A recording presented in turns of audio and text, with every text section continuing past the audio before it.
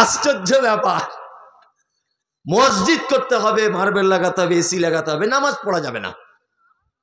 আবার কেউ কেউ বলছে মৌলী সাহেব এখন অল্প বয়স, একটু বয়স হোক, তাই না?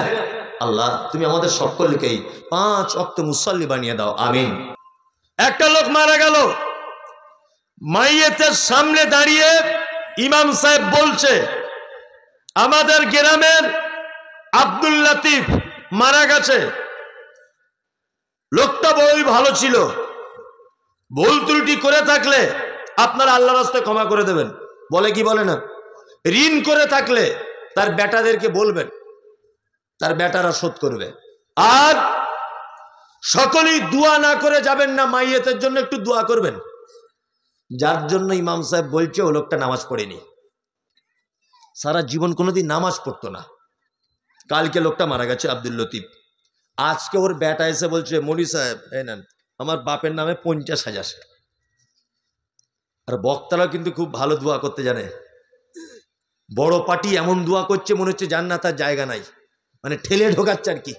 আল্লাহ যেমন হোক করে 50,000 দিয়েছে, আর কেউ 200 টাকা দিয়েছে তো জান্নাতের অর্ধেক রাস্তা দিয়ে পালিয়ে আসছে। চলছে না? চলছে। 50,000-এর পার্টি দোয়া করছে আল্লাহ যেমন হোক করে তোমার জান্নাতে ওর বাপ আব্দুল লতিফকে ঢুকিয়ে দাও। আচ্ছা, প্রধান বক্তা, ছোট বক্তা, বড় বক্তা, মেজ বক্তা, কাবা শরীফের ইমাম যদি দোয়া করে আব্দুল লতিফের জন্য যে আল্লাহকে জান্নাত দাও, আল্লাহকে জান্নাত দাও, 50,000 টাকা দান করে দিয়েছে, বলুন তো এত মানুষ দোয়া করে ওর বাপ নামাজ পড়তো না, ওকে জান্নাত ঢোকানো যাবে? যাবে? যাবে না। আল্লাহ তাআলা কি বলছেন? আল্লাহ তাআলা বলছেন মা সালাকাকুম ফি সাকার।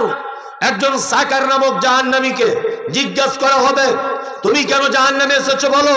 সে তখন বলবে ক্বালু লাম নাকু মিনাল মুসাল্লিন, পৃথিবীতে আমার সব ভালো কাজ ছিল, শুধু নামাজ পড়িনি, শুধু নামাজ পড়িনি। তার মানে নামাজ না পড়লে থাকার জায়গা কোথায়? জাহান্নাম। আল্লাহু আকবার। জাহান্নামটা খুব সহজে বলে দিলেন, তাই না? যে জাহান্নাম আসলে এই ব্যাপারটা যদি আপনি একটু ভাবতেন, আপনি যদি ভাবতেন যে জাহান্নামটা কি, তাহলে মসজিদ তো দূরের কথা, আপনি মসজিদ থেকে বাড়ি আসতেন না।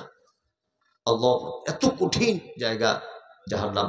আল্লাহ নবী সাল্লাল্লাহু আলাইহি ওয়াসাল্লাম জাহান্নামের কথা যখন তিনি বলতেন, তখন সাহাবায়ে কেরামদের চোখ দিয়ে অঝরে পানি, বৃষ্টির মতো পানি ঝরে যেত। আর আমরা এত জাহান্নামের বয়ান শুনি, এত বক্তব্য শুনি, তবু আমাদের হৃদয় একটুখানিও গলে না।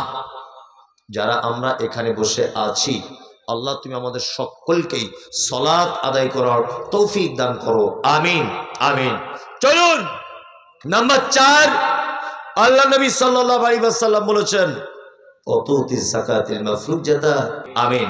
চলুন